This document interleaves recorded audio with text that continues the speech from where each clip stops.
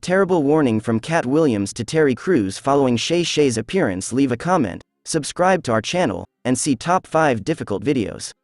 He said, "Dude, come on in," as Katt Williams and I sat side by side in a cramped space. Thanks to Tiny Lister, may God have mercy on his soul, we were able to accomplish what he refused to do. Because he was without a permanent place to live, Katt made do with his trailer. When I was speaking to Katt, I told her, "Hey man, we'll never get another chance." Our conversation ended with that. Black actresses have been vocal about wage disparity as of late, and we couldn't be more supportive. In his claim that he was paid too little for Hustle and Flow, Terrence Howard injected further fuel into the fire. No one is surprised that America's Got Talent host Terry Crews' position on the matter of performers' compensation is somewhat controversial. He is now clarifying it. "I didn't get anything for training day, but it changed my life forever," Crews said during an appearance on Shannon Sharpe's Club Shay Shay podcast.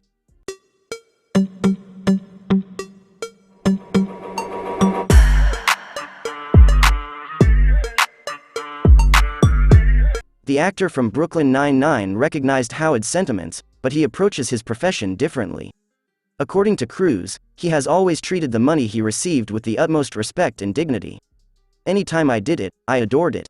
It's not possible to nod yes while really meaning nay, as the old adage goes." Katt Williams, the actor and friend of the comedian who started the whole "exposing the Hollywood elites" controversy, is now warning him. Katt has been severely penalized, with blackballing being one of his punishments, for persistently exposing those he perceives as Hollywood gatekeepers. Crews brings a unique perspective to the table as he uses his background as a former NFL player to climb the ladder. He felt it was only logical to begin his acting career at the lowest level, performing walk-on roles for no pay, in order to eventually land his big break. At the beginning of their career, name someone who played football for financial gain. "There is no money for you. He told me that playing football couldn't cost 1 penny. After that, you reach the professional level and start earning millions. Dude, there's no other way. At this time, it is all. You can't use your jumping, skipping, and hopping skills on this." Now here's the rub. There has been an upsurge in the pursuit of get-rich-quick schemes off of the film's modest budget, thus the artist behind the picture should have done the same. Crews disclosed that Friday After Next's other actors were also dealing with money issues during this heated discussion. Crews took the role of Damon in Friday 3, while Katt portrayed the iconic Pimp Money Mike. The American Got Talent host stated on Club Shay Shay that he went back to work as a security guard after finishing the film in 2002 and repeated a statement Katt made about his living situation on the same podcast last month. According to the toned actor, he only made $4,000 for his part in the film. However, he did mention to host Shannon Sharpe that he just ran across Friday writer Ice Cube, whom he praised for helping to begin his career, and that Katt was staying in Cube's trailer while production was going on. "I mean, what the fuck was up with Katt and me? The cat was without a home at the time," Crews stated. "So Katt was living in his trailer, and me and Katt said, 'Hey, dude.' Conversations with Katt also come to mind. 'Katt, we gotta make sure they remember us if we never get another opportunity,' I remarked. 'Because we are the 2 new Katts in this whole thing,' I explained. 'You name it, they know it. However, I boldly declared, it's me and you.' Crews continued by saying that he and Katt became true friends throughout filming, and that in order to make ends meet until the film's release, he returned to his previous job as a security guard.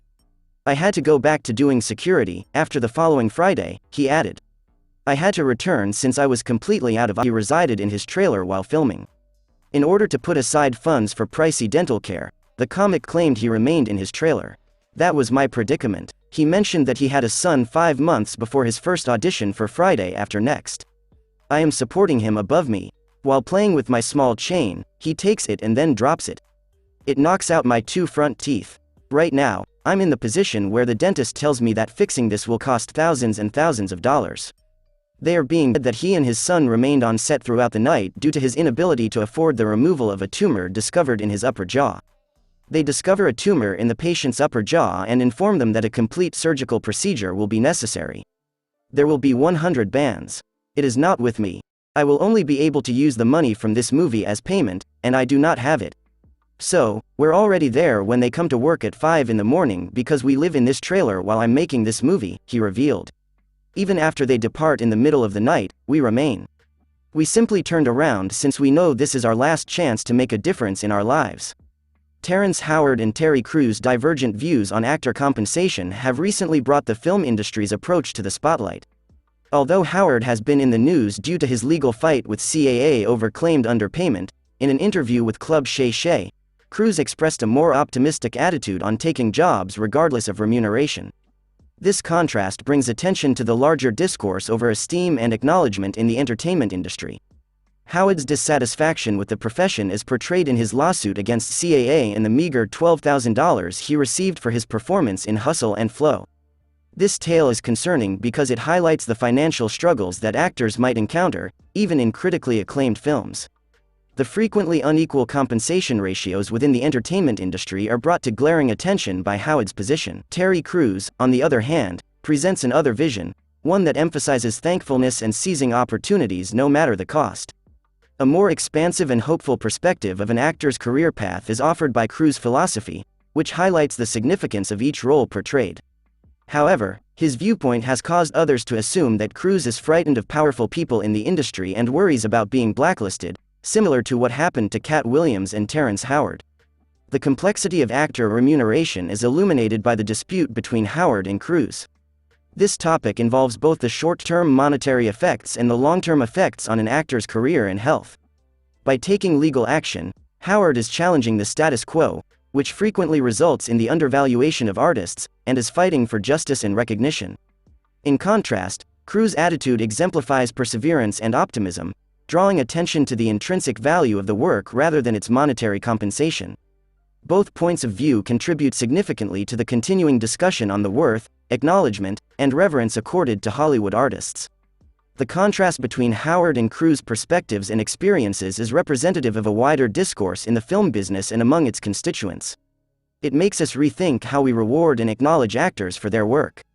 While money is certainly a factor, the discussion also covers the importance of being recognized, treated fairly, and respected in the field.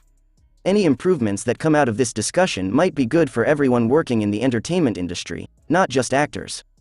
The issue is that industry heavyweights aren't interested in it at all. Their treatment of performers, including Katt and Taraji, is something they intend to keep up. A watershed moment for Hollywood is highlighted by the divergent opinions of Terrence Howard and Terry Crews over actor compensation in the film industry. The importance of a well-rounded strategy that takes into account both monetary equity and the inherent worth of creative output is highlighted by their experiences and viewpoints. The conversation started by both performers will definitely shape the future of the industry, helping to identify and reward talent in the right way as it keeps changing. The aristocracy in Hollywood have been the targets of Crews' ire before. In 2017, the presenter of American Got Talent drastically altered the national discourse as the Me Too earthquake started to rip through the Hollywood power structure due to accusations linked to producer Harvey Weinstein. The actor from Brooklyn Nine-Nine detailed his personal experiences with SUL harassment in multiple tweets. A high-ranking Hollywood executive approached Crews at a 2016 party and "Jeep-headed my privates," the actor wrote. After the fact, Crews revealed that the executive was none other than Adam Bennett, a legendary figure in the entertainment world who had represented A-listers like Adam Sandler, Sylvester Stallone, Eddie Murphy, and Vince Vaughn. Crews proceeded to report the event to the police and sue William Morris Endeavor and Bennett over the incident. Aside from the actor's own situation, the discovery had far-reaching consequences. A 240-pound former NFL athlete could potentially be a victim of SUL abuse, according to his public statement, which debunked stereotypes and widened the lens of the Me Too movement. Time magazine's Person of the Year story highlighted Crews and the Silence Breakers. However, the actor persisted in calling for black performers to be respected in the industry even after they reached a deal.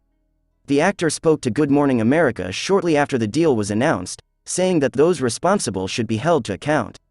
The problem with Hollywood is that it is a misuse of power. Again, this man is among Hollywood's most powerful men, and he gave me that look right before the finish, as if to say, "Who are we to believe you?"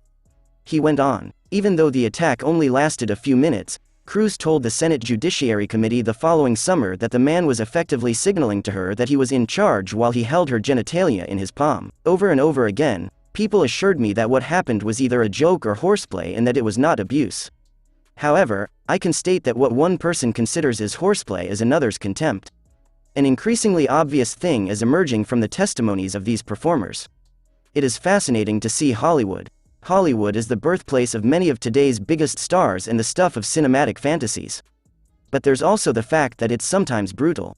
Extremely fierce competition exists in the film and television industries. A career can be destroyed in an instant by a single daring movement, action, or decision. Although there isn't a formal Hollywood blacklist, many individuals' careers seem to plummet for reasons other than a lack of aptitude. People can be blacklisted for a variety of reasons, including public outbursts of hysteria, being incooperative, or displaying racist or homophobic views. Then there are the more recent allegations, which many of us find deeply unsettling, about how several actresses had their careers derailed because they declined the unwelcome advances of important men in Hollywood. Hollywood blackballing has impacted celebrities like Stacey Dash, Jim Caviezel, Brendan Fraser, Roseanne Barr, Isaiah Washington, Mel Gibson, CeeLo Green, and Kirk Cameron. Will Terry Crews then join that bandwagon, or is he being too cautious to deal with the acts? Post a comment below to inform us. Thank you for tuning in, and until we meet again, that is all for now.